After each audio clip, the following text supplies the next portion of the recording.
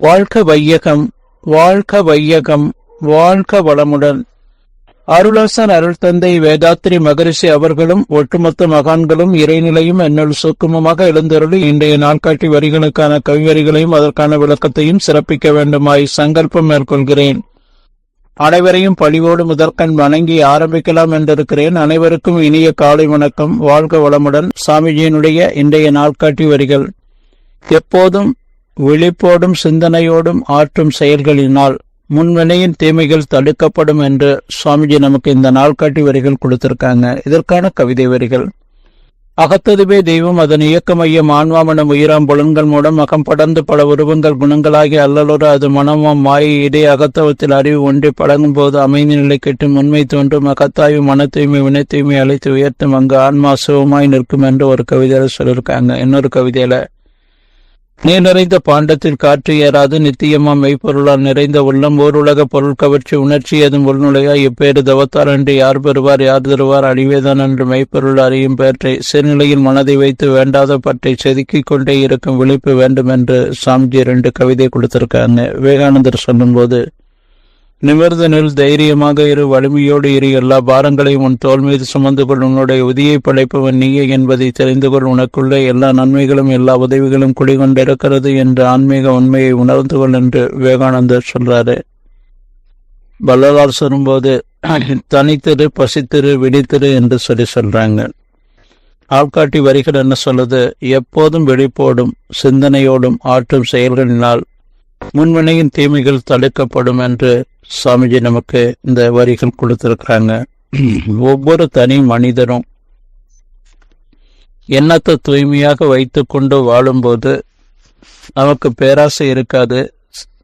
அந்த பேராசை தடை வரும்போது சினம் ஏற்படும். சினம் செல்லாத விடத்து நாம் எல்லை கட்டி கொண்டு வாழக்கூடிய இந்த மனக்கவலை என்பது இருக்காது. நான் யார் என்ற அந்த உணர்வோடு ஒவ்வொரு மைக்ரோ செகண்டும் வாழக்கூடிய அந்த ஒரு நிலை ஒவ்வொரு தனி மனிதருக்கும் கிடைக்கும்.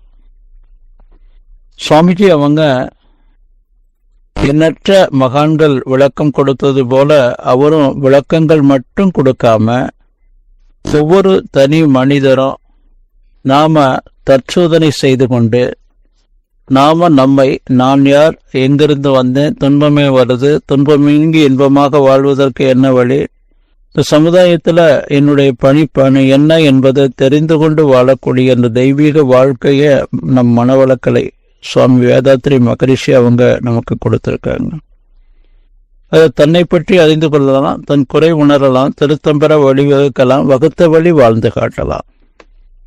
அப்போ ஒவ்வொரு தனி மனிதரும் என்ன தூய்மையோடு வாழணும். அப்படி நம்ம முரணான எண்ணங்கள் நாம மனதில் நினைத்துட்டோம் அப்படின்னு சொன்னா அடுத்து ஆசை சீரமைக்கணும், சினம் தவிர்க்கணும், கவலை ஒழிக்கணும்.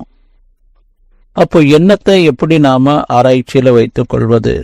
நமக்கு வரக்கூடிய ஒவ்வொரு எண்ணங்களையும் நம் மனதில் நல்ல தற்சோதனை செய்து பழகி வந்தோம் என்று சொன்னா அந்த மைக்ரோ செகண்டே தேவையா, பழக்கமா, சூழ்நிலையா, பிறர்மன தூண்டுதலா, கருவமைப்பா, தெய்வீகமா என்ற இந்த 6 அடிப்படையில நாம மனதை செலுத்தி தேவையும் தெய்வீகத்தையும் நாம பயன்படுத்தி வாழலாம்.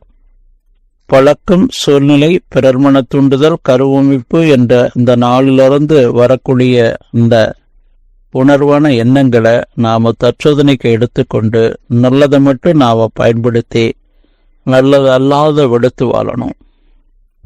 அதே போல நாம ஒரு நாள் எண்ணம் நாம விட்டுட்டோம் அப்படின்னு சொன்னா அது பேராசையாக உருவெடுக்கிறது. அந்த மாதிரி உள்ள ஒரு சூழல்ல நாம சாமிஜி கொடுத்திருக்கக்கூடிய அந்த 6 ஆசை சீரமைத்தல் என்ற அந்த பயிற்சியில நாம் ஆசையை சீரமைத்து கொள்ளும் போது ரொம்ப சிம்பிள். நமக்கு மண்ணாசை, பெண்ணாசை, பொன் பொருளாசை என்ற அந்த 3 ஆசைகள் நமக்கு இருக்கும். அதே போல பெண்ணாசை, புகழாசை. அப்போ நாம இந்த ஆசை தேவையா? இது இல்லாம நம்ம வாழ முடியுமா? இதோடு நாம் வாழும்போது தனக்கோ பிறருக்கோ தற்காலத்திலோ பிற்காலத்திலோ உடலுக்கோ உயிருக்கோ துன்பம் தரத்தக்க ஆசையா? இப்படி ஒவ்வொன்றா நம்ம நீக்கிக் கொண்டே வரும்போது ஒரு 10 ஆசைகள் இருந்ததுன்னு சொன்னா இறுதியில 1 அல்லது 2 தான் இருக்கும். அப்ப அந்த ஒரு ஆசையை எடுத்துக்கொண்டு நாம சீர் செய்து வாழணும். சினம், அதை மன்னிப்பாக மாற்றிக்கொள்ளணும். கவலை, அந்த கவலைய தற்சோதனைக்கு எடுத்துக்கொண்டு உடனடியா தீக்கிறதா, தள்ளி போடுறதா, அனுபவித்து தீக்கிறதா, லட்சியப்படுத்துறதா என்று தற்சோதனை செய்து கொண்டு நாம வாழ பழகி கொண்டோம் என்று சொன்னா ஒவ்வொரு மைக்ரோ செகண்டும் நான் யார் என்ற அந்த உணர்வோடு நாம் வாழ முடியும். அந்த மெய்ப்பொருளினுடைய அன்பும் கருணையும் நமக்குள்ள குடிகொள்ளும் என்று சொல்லி வினைப்பதிவுகள் எல்லாத்தையும் நம்ம நீக்கிக் கொண்டு தெய்வீக நிலையில நம்ம மாறி வாழலாம் என்று சொல்லி நன்றியோடு நிறைவு செய்து கொள்ற இன்றைய சிந்தனையை வாழ்க வளமுடன், வாழ்க வளமுடன், வாழ்க வளமுடன்.